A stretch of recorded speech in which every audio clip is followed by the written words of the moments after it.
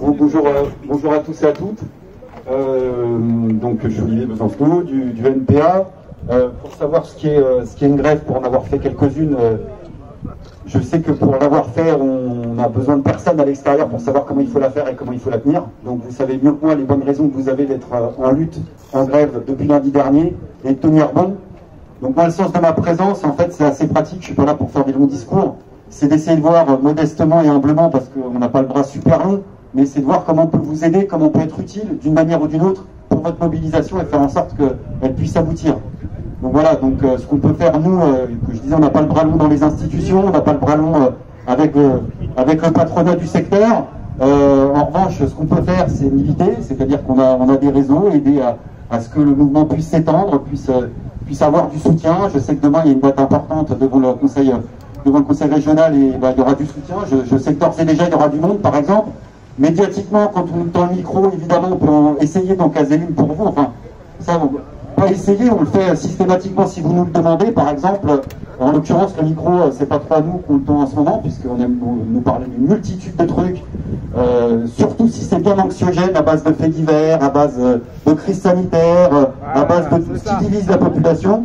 Voilà, plutôt que de parler des questions sociales qui sont pourtant ce qui nous anime au jour le jour. Mais dès qu'on aura le micro, que ça soit moi ou que ça soit notre camarade Philippe Poutou, par exemple, qui est candidat à l'élection, puisque dès qu'il y a une élection, ils sont obligés de tendre un petit peu le micro. Si vous nous le demandez, en tous les cas, on peut relayer un certain nombre d'informations. Ça renverse pas la table. Ça pourra jamais se substituer au combat que vous menez vous-même, parce que c'est ça l'essentiel. Mais je sais, d'expérience aussi, que la contre-publicité, ils n'aiment pas ça. Toutes ces boîtes-là, elles mettent énormément d'argent sur la table. Il y a même des loufias qui sont payés dans les sièges sociaux pour regarder de près ce qui s'écrit en bien ou en mal sur eux. Donc, surtout quand on est dans un laboratoire, puisqu'ici il s'agit d'un laboratoire de l'ouverture à la concurrence, tout ce qui pourra apporter un son de cloche un petit peu différent au discours dominant, je suis sûr que ça ne va pas leur plaire, et ça peut aider à peser dans la balance d'une manière ou d'une autre. Donc c'est ça qu'on peut faire, plus tout ce que vous nous demanderez, de raisonnable, j'entends bien entendu, mais avec l'énergie des militants et des militantes qu'on est, puisque c'est d'abord ça qu'on est. On n'est pas là pour vous faire des promesses. Je voulais juste insister sur le fait que, évidemment, quand je dis que vous avez 1000 raisons, bon, c'est vrai qu'il faut un peu un GPS pour s'y retrouver avec ce qu'ils vous proposent et avoir un bac+7 pour comprendre les différences de conventions, d'accords, de réglementation. C'est même hallucinant. Et je pense que comme ça, d'instinct, j'ai presque l'impression que c'est fait exprès, en fait, pour qu'on s'y retrouve pas et qu'on n'y comprenne rien et qu'on nous balade. Sachez que vous n'êtes pas les seuls. Maintenant, ça touche absolument tout le monde. Voilà. Le but du jeu, c'est de faire en sorte que tu ressortes avec une pilule dans la tête et que tu aies des tourbillons dans les yeux et que tu comprennes plus ce qui t'arrive. Voilà. Le vrai du vrai, c'est que vos conditions de travail et vos conditions de rémunération, elles ont radicalement changé depuis août. Voilà. Et que ça, c'est inacceptable.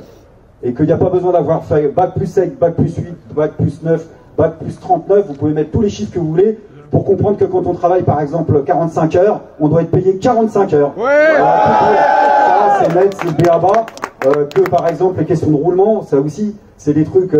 il se trouve que visiblement derrière Transdev il y a la caisse de dépôt, il se trouve que c'est notre employeur aussi à la Poste, donc je passe la petite parenthèse qu'on a tous compris, c'est-à-dire que la mise en concurrence, vous savez, il y a des grands chroniqueurs, il y a des grands penseurs à la télé qui vous expliquent tous les bienfaits de la mise en concurrence. La mise en concurrence, c'est magique, on n'est pas loin d'Euro Disney, donc c'est de la magie, c'est fantastique, c'est-à-dire que les usagers vont s'y retrouver. Ils vont payer de moins en moins cher. Quant aux salariés, j'en parle même pas, leurs conditions de travail, ça va être extraordinaire. Et évidemment, les usagers, ils y perdent, puisque les prix augmentent, et les salariés, ils y perdent à chaque fois, puisque de toute façon, on va se baser sur l'accord, la convention, la dérogation d'accord de convention, qui sera la plus basse possible, pour faire en sorte que qu'on arrive finalement à augmenter la marge de rentabilité de profit. Enfin là, j'invente rien, tout le monde le sait, c'est comme ça que ça fonctionne partout. À chaque fois qu'il y a un secteur qui a été soumis à la mise en concurrence, c'est la même chose. Et là, en fait, on a 3 opérateurs publics, la Caisse des dépôts, la SNCF, la RATP, c'est vrai à la Poste, c'est vrai partout, qui se déguisent en opérateurs privés ou semi-privés pour organiser leur propre mise en concurrence. Tout à fait. Et faire en sorte que les salaires et les conditions de travail soient bousillés. Et ce qui vous arrive à vous, c'est inacceptable. Humainement, vous avez raison de ne pas l'accepter. Que vous soyez 100%, rien que ça, c'est énorme. Ça en dit long. Ça en dit long. Il y a, je sais plus qui me disait, moi ça me parle, parce qu'au guichet c'est pareil. On a tous notre degré de... J'imagine qu'il y en a beaucoup qui aiment leur boulot, par rapport à ce que ça signifie pour la population.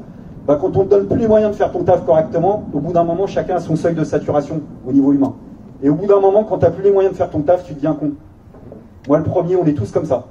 C'est-à-dire qu'au bout d'un moment, tu n'en peux plus. Donc c'est aussi pour ça que les gens qui n'ont aujourd'hui pas de transport doivent comprendre que votre combat, c'est leur combat aussi. C'est un service aussi. Et que ça, c'est quelque chose d'extrêmement important.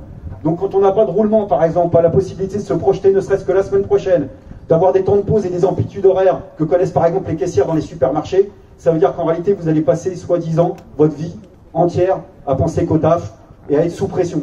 Et ça, en effet, ça va être des arrêts maladie. Et puis ça va être une ambiance de merde, parce que ce qu'ils aimeraient en prime de tout, c'est une ambiance de merde entre collègues où on ne se parle plus.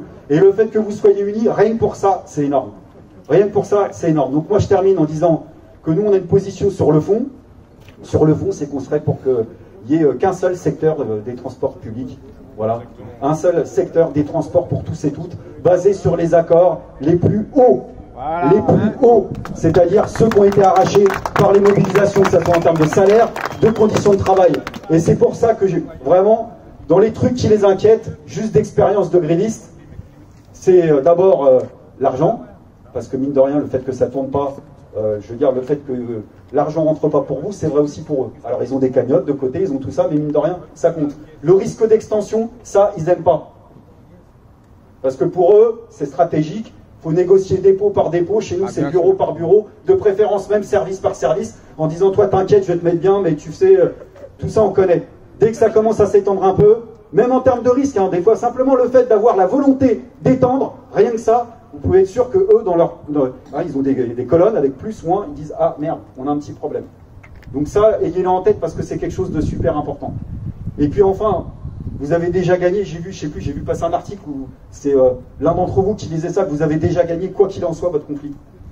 Parce que dans la manière de se regarder, après c'est plus jamais la même chose.